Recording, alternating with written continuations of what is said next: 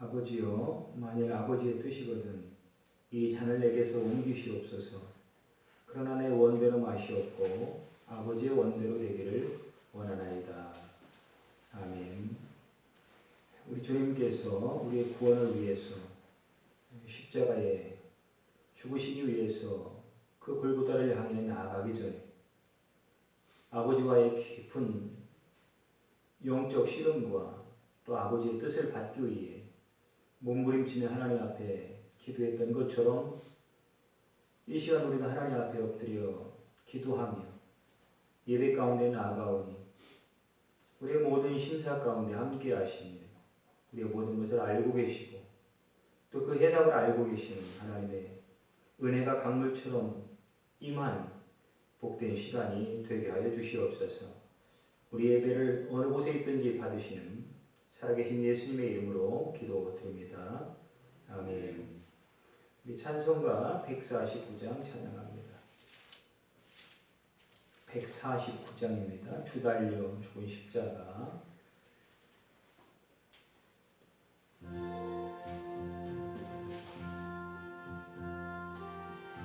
전주를 한번 들려주시죠.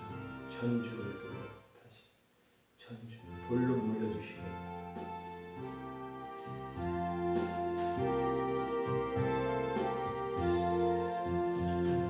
주 달려 죽은 십자가 우리가 생각할 때에 세상에 속한 영심은 헛된 줄 알고 버리네. 죽으신 구주 앞에는 자랑을 말게 하소서. 보혈의 공로 힘입어 교만한 마음을 버리네. 못 박힌 손만 보니 큰 자비가 가래셨네. 가시로 만든 면류관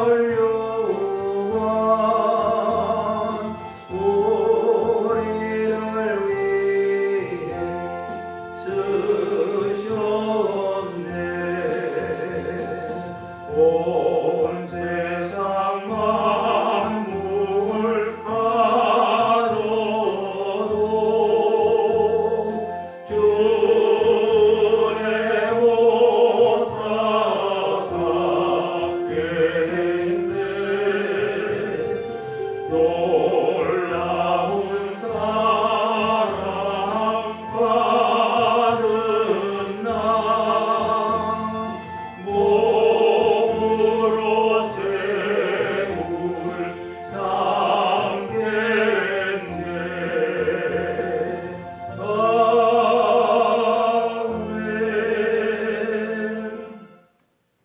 이 시간은 우리 함께 기도하는 시간을 좀 가졌으면 좋겠습니다. 오랜 시간이 지나가고 있지만 코로나19는 종식되지 않고 그 여파로 인해서 많은 사람들이 고통을 당하고 있고 무엇보다도 가장 큰 교회의 아픔은 성도들의 아픔은 함께 모여 하나님을 마음껏 찬양하고 예배하지 못한다라고 하는 것입니다.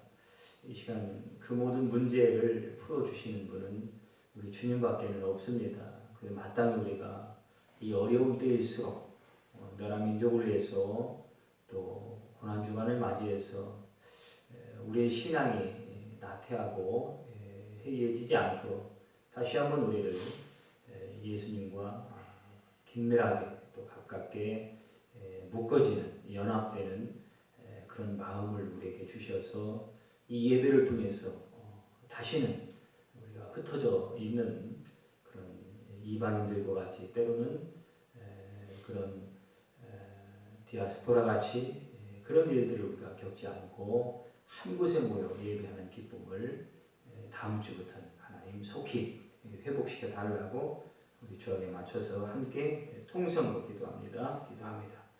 주님 아버지 하나님 함께 하시고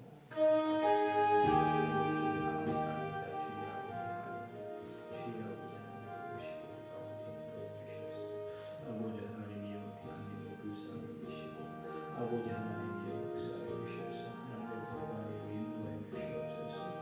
아버지 주여 아버지 하나님 대한민국을 불쌍히 여기시고 아버지 하나님의 대한민국 가운데 있는 어둠을 걷어내시고 코로나의 때문에 올라가는 큰 아버지 하나님 대한민국 전역 가운데 하나님을 열어주시고 아버지 하나님이여 교회 보통을 하시고 우리 보통을 하시고 아버지 하나님 우리의 가정과 우리의 길을 기울여 주셔서 모든 아버지 하나님 모든 일마다 다시 한번 우리가 아버지 하나님 주님을 예배하고 찬양하는 기쁨이 복되게 하시고 우리 가운데 하나님의 큰 아버지 하나님이여 찬송 소리가 성전에 가득하고 우리의 마음에 가득하고 우리의 삶 가운데 넘쳐날 수 있도록 하나님 도우시고 함께 하시고 특별히 코로나19 때문에 어려움 당하는 사랑하는 성도들의 가정 가운데 또한 아버지 하나님 식장 가운데 함께 하여 주시옵소서. 하나님의 거룩한 능력 아버지 하나님 회복되어지고 하나님의 은혜로운 능력의 손길에 먼저 주셔서 모든 것들이 회복되어 지자리를 찾고 하나님 앞에 영광을 돌리며 기도하고 기뻐하며 예배 가운데 나갈 수 있는 모든 것을 되게 주시옵소서. 주여 대한민국을 불쌍히 여겨주시옵소서. 주여 한국교회를 불쌍히 여기시고 성도들의 마음을 어루만져 주시고 아버지는 다시 한번 고난주간 주님의 십자가에 피 묻은 은혜 우리의 신령 우리의 가정과 우리 교회 대한민국 가운데 세계 열방 가운데 섬겨지만 아버지 하나님의 다시 한번 부어지게 하시고 그 능력 십자가의 능력으로 회복되는 역사 있게 하여 주시옵소서. 주님 감사합니다. 우리의 모든 인생의 해답이시고 또한 생명이시고 길이시요 진리이신 살아계신 예수님의 이름으로 간절히 기도드립니다. 아멘. 하나님 말씀 봅니다. 마가복음을 11장을 보겠습니다. 마가복음 11장 1절부터 10절까지입니다.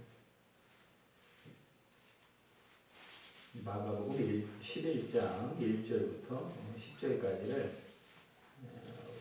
같이 한번 읽겠습니다. 가정에서 예배드리는 여러분들 성경을 펴시고 같이 읽도록 하겠습니다. 마가복음 11장 1절부터 10절까지입니다. 시작. 그들이 예루살렘에 가까이 와서 감람산 벳바게와 베다니에 이르렀을 때에 예수께서 제자들 둘을 보내시며 이르시되 너희는 맞은편 마을로 가라. 그리로 들어가면 곧 아직 아무도 타보지 않은 나귀 새끼가 매여 있는 것을 보리니 풀어 끌고 오라. 만일 누가 너희에게 왜 이렇게 하느냐 묻거든 주가 쓰시겠다 하라. 그리하면 즉시 이리로 보내리라 하시니 제자들이 가서 본즉 나귀 새끼가 문 앞에 거리에 매여 있는지라 그것을 푸니 거기 서 있는 사람 중 어떤 이들이 이르되 나귀 새끼를 풀어 무엇 하려느냐 하매 제자들이 예수께서 이르신 대로 말하는데 이에 허락하는지라. 나귀 새끼를 예수께로 끌고 와서 자기들의 겉옷을 그 위에 얹어 놓음에 예수께서 타시니 많은 사람들은 자기들의 겉옷을 또 다른 이들은 들에서 된 나뭇가지를 길에 펴며 앞에서 가고 뒤에서 따르는 자들이 소리 지르되 호산나 찬송하리로다. 주의 이름으로 오시는 이여 찬송하리로다. 오늘 우리 조상 다윗의 나라여 가장 높은 곳에서 호산나 하더라. 아멘. 코로나19 때문에 아직도 우리는 얼굴을 마주대야 하며 또 그 은혜와 사랑을 나누며 함께 예배 드릴 수는 없지만 오늘 말씀의 10절 말씀처럼 가장 높은 곳에서 호산나 하더라. 이와 같은 주님을 찬양하는 영광의 소리가 여러분의 심령 가운데 또 우리 모두의 심령과 또 대한민국의 교회들마다 또 대한민국 가운데 이 찬양이 가득한 복된 은혜의 회복이 있게 되기를 주님의 이름으로 축원드립니다. 4월 한 달도 이전과는 전혀 다른 그런 하나님의 예비된 축복을 경험하는 모든 어둠이 거치고 안개가 거치고 전염병이 물러가고 정말 이전에 경험할 수 없었던 새로운 기쁨과 은혜를 누리게 되기를 축복하면서 오늘 말씀을 이제 전해드리도록 하겠습니다. 오늘은 아는 바와 같이 이제 고난 주간이 시작되는 종려주일입니다. 예수님께서 오늘 본문 예루살렘에 들어가시는 이 사건을 시작으로 본격적인 우리의 구원을 이루시는 일주일의 여정이 이제 시작이 됩니다. 1절 말씀에 보면 지명이 소개가 되고 있습니다. 감람산 백박의 베다니라고 하는 지명이 소개가 되고 있습니다. 감람산 백박에와 베다니라고 하는 지명은 우리가 늘 이렇게 들었던 익숙한 단어인 것 같은데 사실은요 마가복음에서는 처음으로 등장하는 단어예요. 그만큼 중요한 단어가 처음 등장한다라고 하는 것은 이 본문의 시작은 굉장히 중요한 그런 영적 의미를 가지고 있다라고 하는 그런 뜻입니다. 이 감람산이라고 하는 것은 올리브산이라고 하는 그런 뜻입니다. 올리브산. 근데 올리브산인데 그 앞에 원문에 보면 정관사가 붙어 있어요. 그런 의미는 어떤 의미냐면 산은 산인데 올리브산은 올리브산인데 어떤 올리브산이냐? 그 올리브산 이것은 바로 구약의 산을 의미합니다. 구약에서 말하는 그 산 그게 바로 더가 붙어 있는 정관사가 붙어 있는 올리브산의 의미입니다. 그러면 구약에서 말한 그 산은 어떤 산이냐? 바로 예루살렘 성전이 있는 그 산을 말합니다. 그러니까 지금 여기에 감람산과 그 다음에 예수님께서 걸어가게 될 예루살렘과 예수님께서 십자가를 지고 돌아가시는 골고다는 하나로 연결되어 있습니다. 감람산, 예루살렘산, 골고다. 이것은 하나를 가지고 하나의 그림을 가지고 한 사건으로 지금 진행이 되고 있는 겁니다. 그러니까 시편 121편 1절에도 내가 산을 향하여 눈을 들리라 나의 도움이 어디서 올까 이렇게 산을 향하여 눈을 든다 이렇게 말씀하고 있습니다. 그 산을 향하여 눈을 드는 이유가 무엇일까요? 바로 오늘 본문에 그 답이 있는 거죠. 바로 예루살렘 성전. 성전은 바로 하나님의 임재, 하나님의 계신 곳 그런 의미를 담고 있는 것이 산의 의미입니다. 그래서 마치 다니엘이 바벨론 포로 가운데 있을 때 예루살렘을 향해서 창문을 열어놓고 매일매일 하나님 앞에 간절히 나라의 회복을 위해서 기도했던 것도 바로 이와 같은 맥락에서 이루어진 것입니다. 여러분 아무리 코로나 때문에 우리가 답답한 삶을 살고 있어도 여러분들이 그곳에서 주님을 인식하면서 주님이 예루살렘 성전의 임재에 계시기 때문에 그곳에 계시기 때문에 그곳을 향해서 다니엘이 기도했던 것처럼 우리의 있는 삶의 그 한복판에 그 주님과 여러분들이 함께하고 계시다라고 하면 그곳이 바로 성전이 된다라고 하는 거예요. 여러분 우리는 또다시 모여서 예배할 날이 오지만 그러나 지금 이 순간도 굉장히 중요합니다. 여러분들이 있는 곳을 성전으로 만들어야 됩니다. 여러분이 있는 곳이 성전입니다.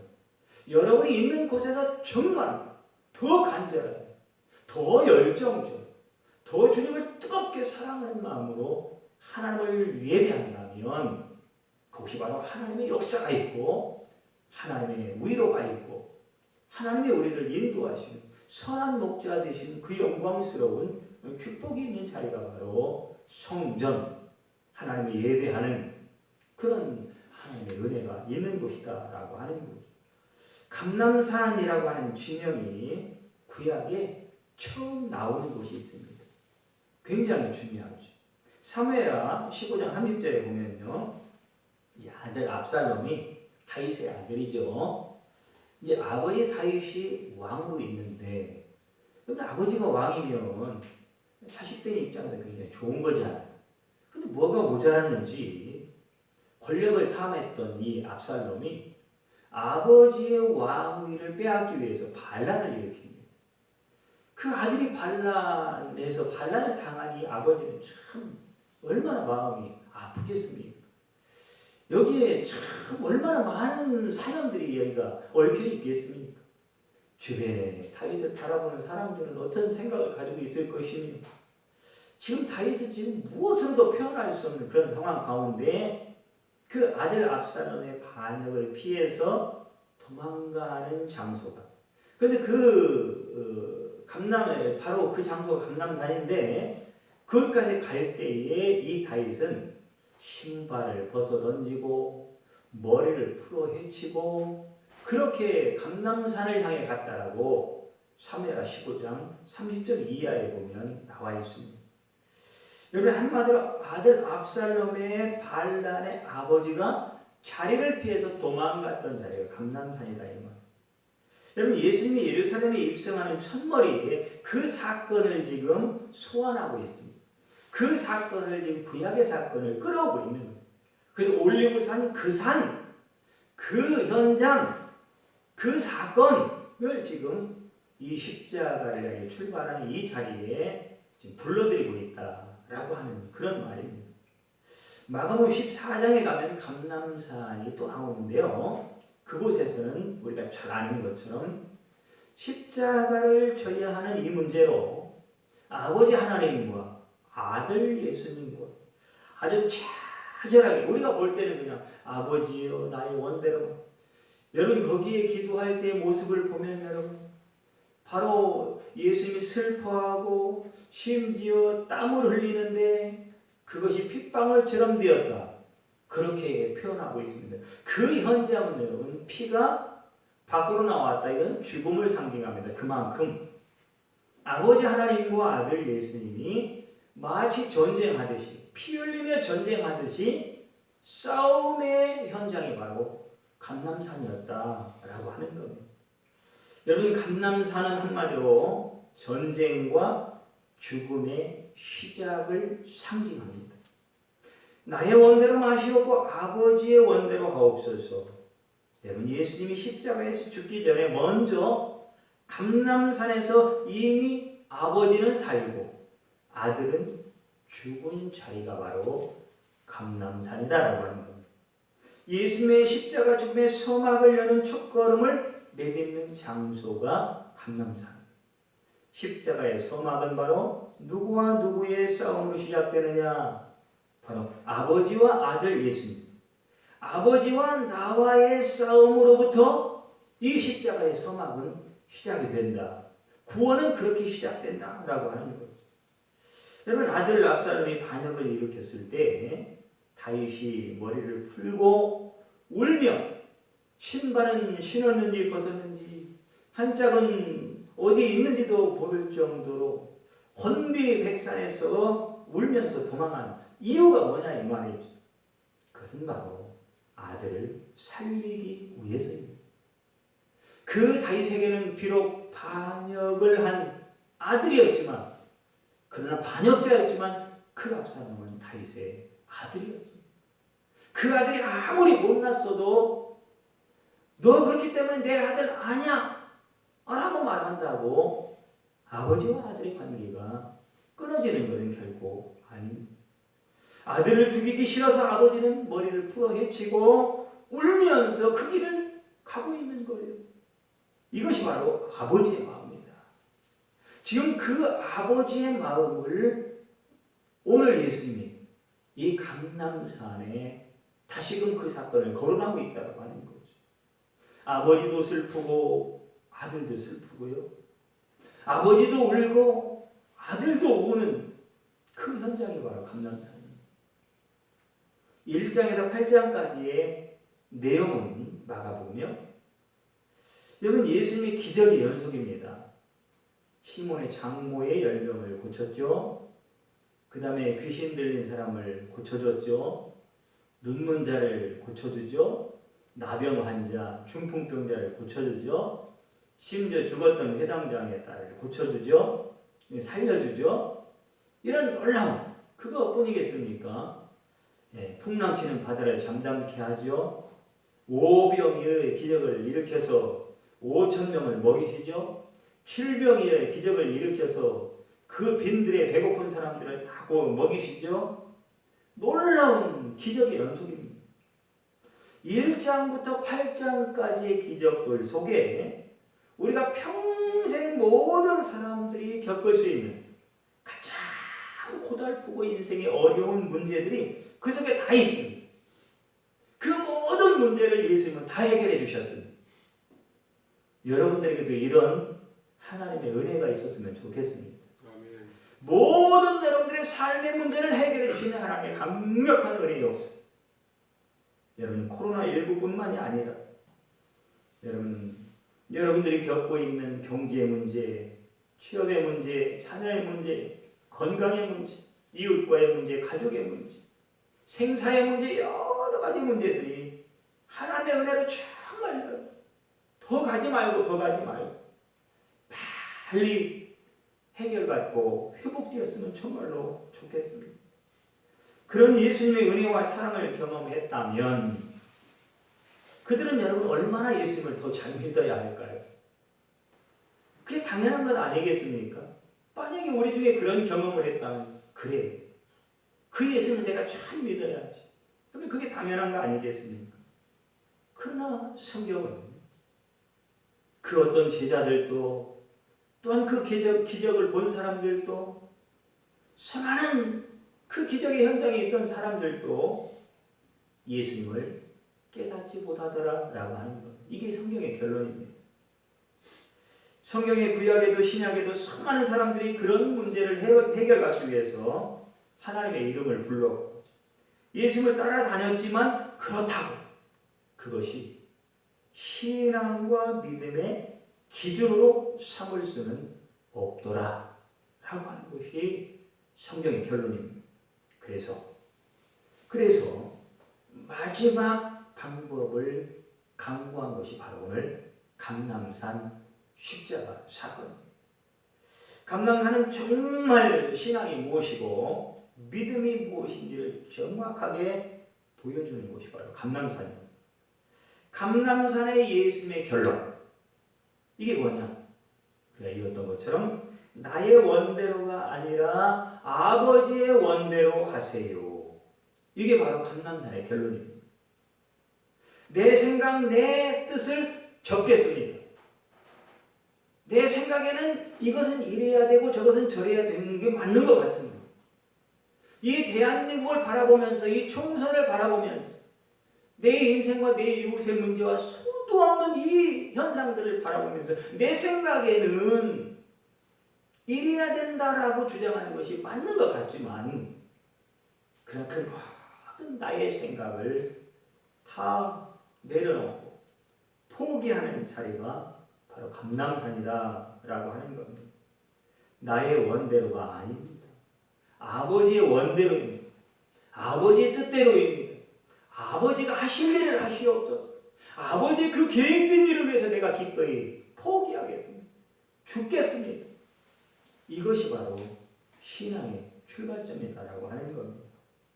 마가복음 14장에는 내 마음이 심히 고민하여 죽겠습니다. 지금 예수님은 하나님 아버지와 생명을 건 전쟁을 벌이고 있는 모습입니다.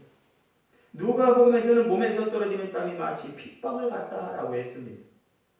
피가 밖으로 나오면 죽는 거죠.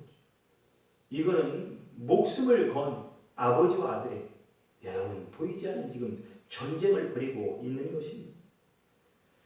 여러분 예수님 입장에는 그러지 않겠습니까?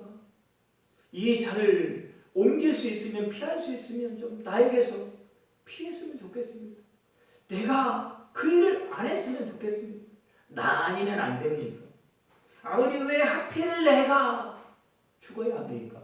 왜 내가 손해보고 내 자존심이 상하고 왜 나만 손해보고 나만 희생해야 됩니까? 나 아니면 안 됩니까?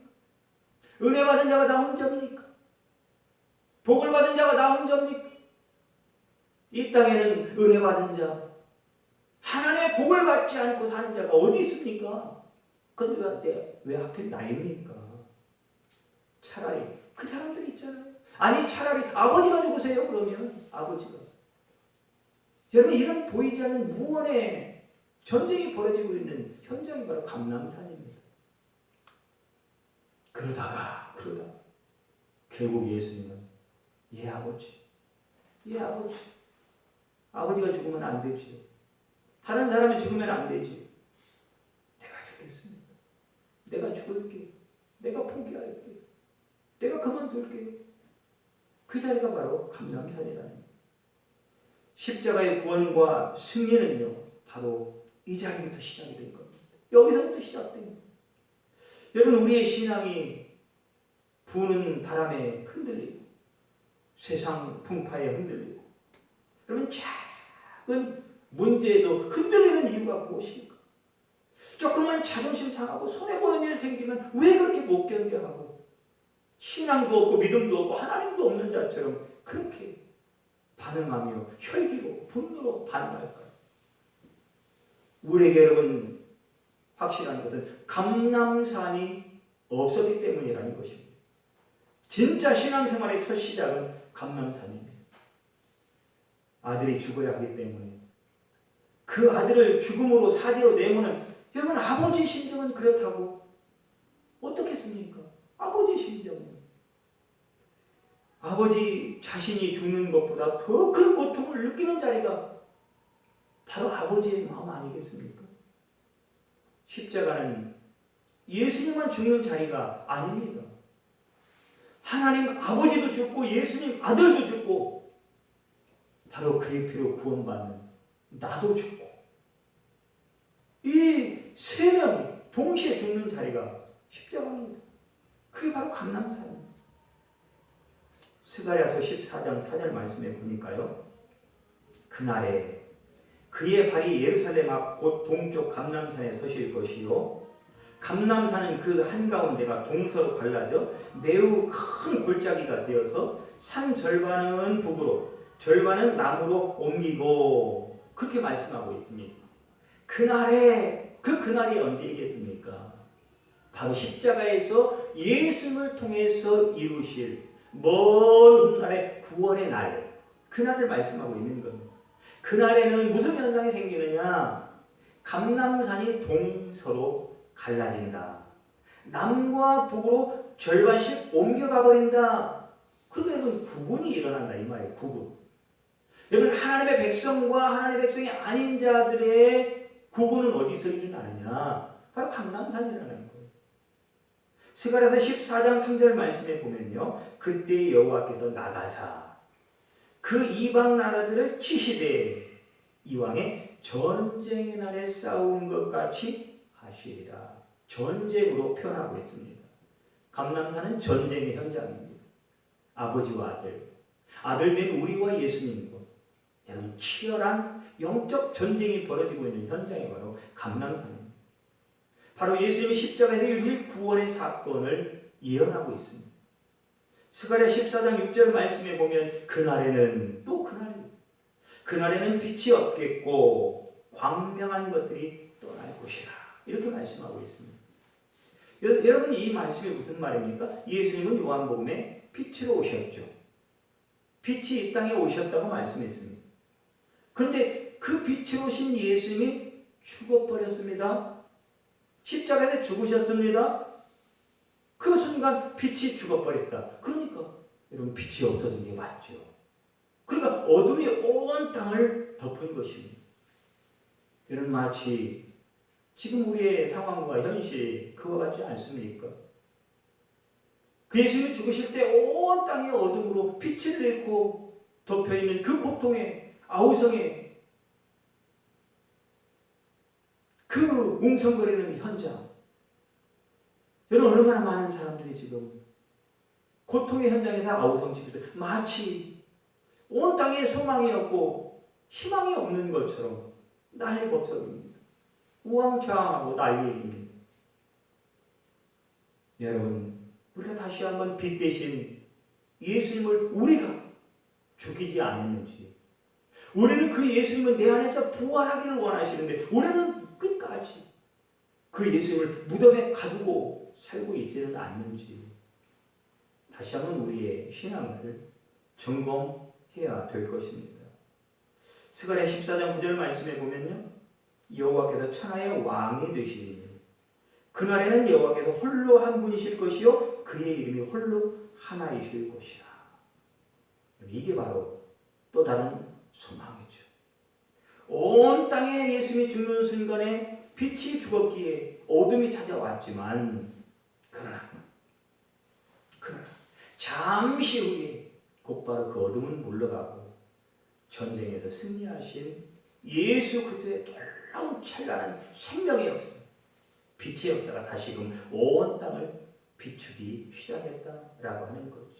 결국은 십자가에서 예수님이 승리하셨고 만왕의 왕이신 하나님은 승리하셨고, 그럼 반드시 하나님은 승리하신 것처럼 저와 여러분도 대한민국도 한국교회 세계 열방에 흩어져 있는 교회들 선교지마다 다시금 승리할 줄 믿습니다. 아멘. 어떤 어둠, 어떤 거짓, 어떤 설수와 어떤 난리의 소문에 그런 것들로 교회를 우겨싸고 하나님의 이름을 망령되이 일컫는 자들의 세력이 있을지라도 반드시 하나님은 승리한다라고 하는 겁니다. 여러분, 믿음이 귀하면 귀할수록, 교회가 귀하면 귀할수록, 여러분 우리가 더 열심히 믿음으로 살려고 몸부림치면 그럴수록 세상은 계속 우리와 싸움을 걸어옵니다. 전쟁을 걸어옵니다. 여러분, 그것은 아직 교회가 살아있다라고 하는 증거입니다. 성도들이 아직은 살아있다라고 하는 증거입니다. 여러분, 아버지 다윗은 그 반란을 일으킨 압살롬을 절대 죽이지 마라라고 자기 부하들에게 신신당부했고, 특별히 자기 오른팔과 같은 요압 장군에게 부탁했습니다. 절대 내 아들 죽이지 마라. 그런데 요압은 결국 압살롬을 죽이고 말았어요.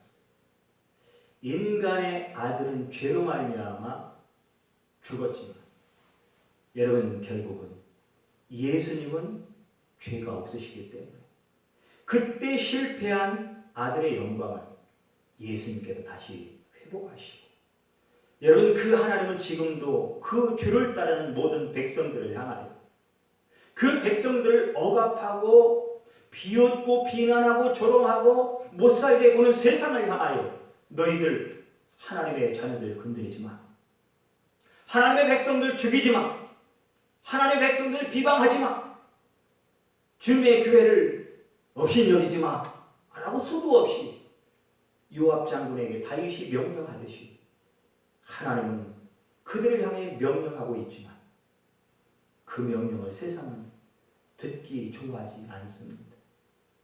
그런 자들을 향하여 하나님은 반드시 심판하실 것입니다. 하나님은 우리의 편이기 때문입니다. 우리는 하나님의 자녀이기 때문에 그렇습니다. 이미 하나님은 하나님의 백성들을 지키기로 작정하셨기 때문에 하나님의 백성들을 건드리지 마, 죽이지 마 선포하셨기 때문에 저와 여러분들은 반드시 보호받을 것이며 반드시 회복될 것이며 반드시 승리하게 될 것입니다. 아멘. 그것이 우리에게 주시는 종려주의 하나님의 약속입니다. 자, 그러면 한 가지만 더 보고 말씀을 마치는데요. 마가복음 11장 2절에 보면 나귀 새끼를 풀어 끌고 오라 이렇게 말씀을 하는 것으로 종려주의 시작이 됩니다. 감람산, 벳박의 베다니, 그 다음에 나귀. 이게 굉장히 중요한 포커스입니다. 자, 그럼 왜 여기서 나귀 새끼가 나올까? 여러분, 성경에서 유일하게 영안이 열려서 사람도 보지 못하고 선지자도 보지 못하는 것을 본 짐승이 나귀입니다. 바로 민수기 22장에 나오는 발람 사건입니다. 성경은 성경으로 풀어야 됩니다. 민수기 22장에는 나귀가 거짓 선지자 발람을 태우고 갔습니다. 그런데 오늘 본문에는 그 나귀가 이제는 예수님을 태우고 가게 됩니다. 여기서 왜 나귀가 등장하는 것일까? 자, 우리 그 뜻을 좀 더 알기 위해서 창세기 말씀 한번 찾고 말씀을 마무리합니다. 창세기 42장 한번 찾아보겠습니다. 창세기 42장 26절입니다. 창세기 42장 26절. 자, 구약 67페이지입니다. 창세기 42장 26절 함께 읽겠습니다. 시작. 그들이 곡식을 나귀에 싣고 그것을 떠났더니. 자, 무슨 말씀이냐면 요셉의 형제들이 요셉을 만난 거죠. 요셉은 그 형제들을 알아보는 거예요. 그런데 그 형제들은 요셉을 모릅니다. 그 형제들이 돌아갈 때에 말 그대로 요셉이 큰 자루 가득 몇 자루에 그 자루에다가 이제 곡식을 넣어서 형제들에게 이제 돌려보내는 거예요. 이제 아버지에게 보낸 거죠. 다시금 고향으로. 그때 그 모든 물건을 싣고서 가는 존재가 바로 나귀입니다. 나귀. 그래서 나귀는 무슨 상징이냐? 바로 곡식을 운반하는 존재. 여기 바로 나귀의 중요한 핵심 사명 포인트죠. 그래서 성경에서 곡식은 무엇을 상징합니까? 바로 하나님의 말씀을 상징합니다.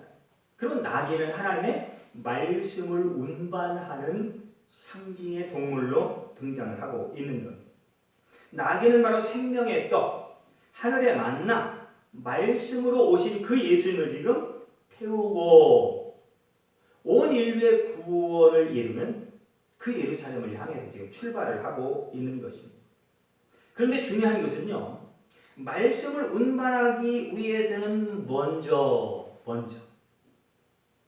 남들은 보지 못하는 것을 보는 영적인 눈이 열려야 한다라고 하는 전제가 있습니다. 이 눈이 열리지 않으면 절대 아무것도 할 수가 없습니다. 영안이 열려서 말씀의 소중함과 의미를 보고 아는 자만이, 십자가의 복음을 아는 자만이 그 말씀을 전할 입이 열리는 겁니다. 나귀의 입을 열어 하나님의 말씀을 발람에게 전했던 것처럼. 그러므로 반드시 이 복음이 열리지 않으면, 바로 이 십자가의 의미가 열어지지 않으면, 하나님의 놀라운 뜻을 알지 못하면 절대 우리는 입을 열어 그 복음을 증거할 수가 없는 것입니다. 민수기 22장에 보면 하나님의 말씀을 전해야 될 선지자는 하나님을 거역했습니다. 그런데 반대로 이 말 못하는 나귀는 오히려 입을 열어서 하나님의 말씀을 전하는 것입니다. 여러분, 어떻게 이런 일이 벌어질 수가 있을까요? 전혀 상상도 할 수 없는. 당연히 선지자가 말씀을 전해야죠. 어떻게 말 못하는 나귀가 말씀을 전합니까? 이게 바로 우리의 영적 현실이라고 하는 겁니다. 나는 과연 어디에 있을까? 나는. 그 나귀는 어떤 나귀여야 되는가? 오늘 다시금 본문으로 가서 말씀을 정리하는데요. 오늘 2절에 보니까요. 곧 아직 아무도 타보지 않은 나귀 새끼가 매여 있는 것. 아직 아무도 타보지 않은 나귀 새끼입니다. 여러분, 무슨 말이죠? 하나님의 십자가 복음, 하나님의 말씀은 세상의 어떤 것과도 섞이면 안 된다 이 말이에요. 거기에 내 생각이 들어가도 안 되고, 내 경험이 들어가도 안 되고, 세상적인 가치가 들어가도 안 되고, 여러분 욕심과도 섞여서는 안 되고, 거기에는 그 어떤 것도 섞여서는 안 된다라고 하는 거예요. 창세기 42장 26절에 보면요, 이제 곡식을 싣고서 그 형제들이 떠납니다. 근데 27절에 보면 창세기 40장 27절에 보면 이제 그 형제들이 나귀에게 먹이를 주려고 자루를 풀었습니다. 자루를. 그런데 웬걸? 그 안에 곡식만 있을 줄 알았는데 돈이 들어있는 거예요. 돈이. 얼마나 좋았겠습니까? 여러분 인생 살다가 좀 그런 일 안 했으면 좋겠습니다. 하고 열었는데 돈이 들어있는 거예요. 깜짝 놀랐어요. 얼마나 복된 일입니까 사실은. 그런데 요셉의 형제들은 그때부터 불안하기 시작한 거예요. 아니 곡식만 있어야 될 자리에 돈이 들어있는 거예요. 여러분 너무 불안한 겁니다. 그런데 여러분 이게 다 누가 벌인 일이냐? 요셉이 벌인 일입니다. 누구를 위해서 사실은 거기에 돈을 넣었습니까? 사실 형제들이죠. 누구 때문에? 아버지 때문에요. 여러분 요셉은 예수님을 상징하는 거잖아요. 그럼 하나님 아버지가 베푸시는 은혜와 사랑을 예수님을 통해서 하나님의 백성들에게 원래 교회 다니는 정말 여러분 한국의 전 세계 모든 성도들 가운데 하나님 말씀을 통해서 여러분 말씀도 주시면 말씀 안에 구원도 있고 돈도 있고 건강도 있고 행복도 있고 기쁨도 있고 치료약도 있고 구약 신약 여러분 수도 없는 인생 사람에 필요한 모든 것들이 하나님의 말씀 속에 들어있는 줄 믿으시길 바랍니다. 맞습니다 여러분. 맞아요. 그런데 여러분 이 형제들이 지금 혼란에 빠진 이유가 뭐냐 이 말이에요. 그 좋은 양식도 받고 여러분께 생각지도 않은 돈도 들어있는 이 감격스러운 현장을 발견했는데 왜 불안합니까? 왜 지금 왜 무서워하냐 이 말이에요. 왜 지금 근심이 몰려왔을까요? 중요한 것은 요셉은 형제들을 알지만 형제들은 요셉을 몰랐다. 여러분 무슨 말일까? 성경을 통해서 하나님의 말씀을 통해 하나님은 햇빛과 비와 모든 인생 살아가면서 필요한 모든 것을 주셨지만 주신 분의 의도를 모르고 살며 건강을 왜 주셨는지 물질을 왜 주셨는지 그 문제를 왜 해결해 주셨는지 그 축복을 왜 주셨는지 주신 분의 의도를 모르면 그 물질은 전혀 예상 밖에 오히려 하나님의 영광이 아닌 불안하고 두렵고 하나님의 심판받을 일에 사용될 수도 있다라고 하는 것. 여러분 하나님 앞에 이 요셉의 형제들이 받았던 놀라운 여러분 곡식도 받고 돈도 받고 필요한 모든 것을 이 코로나19 때문에 고통당하는 여러분 모두에게 10배, 100배로 받게 되기를 정말로 축복합니다. 그러나 그 축복을 반드시 주실 것입니다.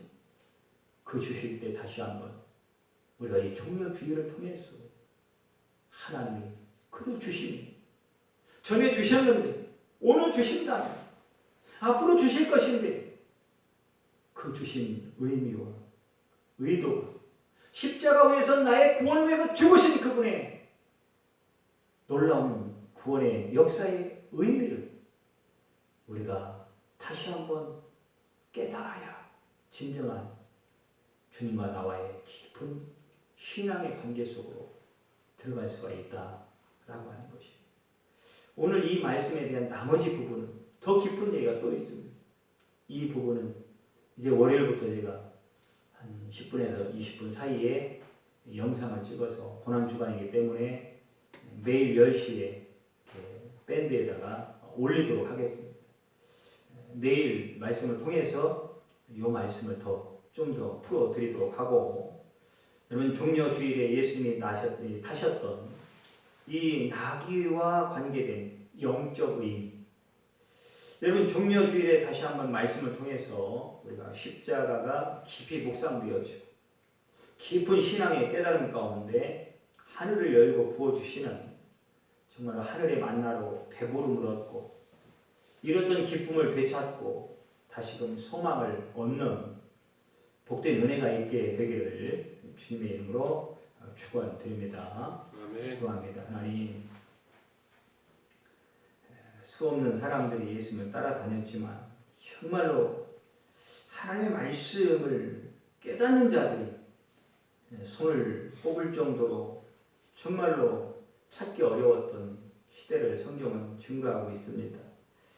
우리는 과연 무엇을 쫓고 있고 무엇을 우리의 관심과 눈은 향하고 있고 우리의 인생의 방향은 지금 어디를 가고 있는지, 우리의 신앙생활은 도대체 무슨 의미가 있는지, 우리의 신앙의 깊이는, 내가 서 있는 지금 위치는, 주님과 나와의 관계는 다시 한번 그들 깊이 묵상하고 깨닫고 말씀 안에서 해답을 얻는 그런 복된 고난주간이 되게 하여 주시옵소서. 그 속에서 일주일에 그 시간들 속에서 우리 인생의 모든 희로애락이 풀어지고 문제가 풀어지고 정말 하나님의 살아계신 역사와 그 구원의 역사와 우리의 삶의 목적과 목표와 가는 길이 명확하고 선명하게 드러날 수 있는 복된 시간들이 되게 하여 주시옵소서. 아멘. 그렇게 생명 가운데 승리 가운데 인도하신 참 좋으신 선한 목자 되신 모든 인생의 정답이시고 해답이신 살아계신 예수님의 이름으로 기도드립니다. 아멘. 네. 예, 광고 간단히 드리겠습니다. 좀 전에 말씀드렸던 것처럼 제가 내일부터 10시에 일주일 동안 말씀을 녹화를 제가 해서 올리도록 하겠습니다. 10시부터 밴드에 들어가셔서 보시면 되겠고 일주일 동안 그렇게 말씀과 깊은 예수님과 사귐이 있는 시간이 되길 바라고요. 다음 주는 부활주일입니다. 이미 총회에서도 지침이 내려왔고 대구 기독교 총연합회에서도 이제 우리가 더 이상 이렇게 예배를 이렇게 가정에서만 드릴 수 없다. 그래서 이제 모여서 드리는 예배를 각 교회에 처한 현실과 맞게 자유롭게 이제 해 나가도록 지침을 내려왔습니다.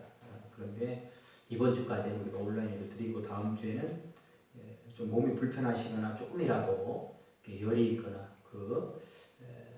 코로나19와 조금이라도 염려스러운 분들은 나오시면 안 되겠고 좀 이제 다음 주부터는 그래도 오고 싶은 분들은 올 수 있는 분들은 부활주일 기점으로 좀 나오셔서 대신에 정부가 또 요구하는 7가지의 감염 확산 방지 조치를 우리가 취하고 예배를 드리니까 걱정하지 마시고 오실 때는 꼭 마스크 하시고 나머지 소독제나 이런 모든 부분들은 교회에서 비치되어 있으니까요. 그렇게 하시고 일주일 동안 기도 많이 하시고 하는 말씀 가운데 오늘 말씀의 깊은 영적 의미를 또 경험하고 주일날 부활 주일날 다시 만나도록 뵙도록 그렇게 소망하고 기대하고 기도합니다.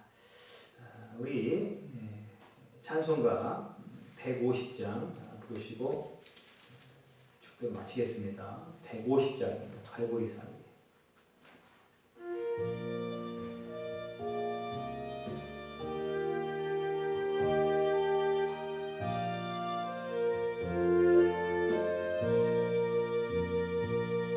갈보리 산 위에 십자가 섰으니 주가 고난을 당한 표라. 험한 십자가를 내가 사랑하고 주가 보혈을 흘림이라. 최후 승리를 얻기까지 주의 십자가 사랑하리. 빛난 멸류관 받기까지 험한 십자가 붙들겠네. 멸시전대 받은 주의 십자가에 나의 마음이 끌리도다. 귀한 어린 양이 세상 죄를 지고 험한 십자가 지셨도다. 최후 승리를 얻기까지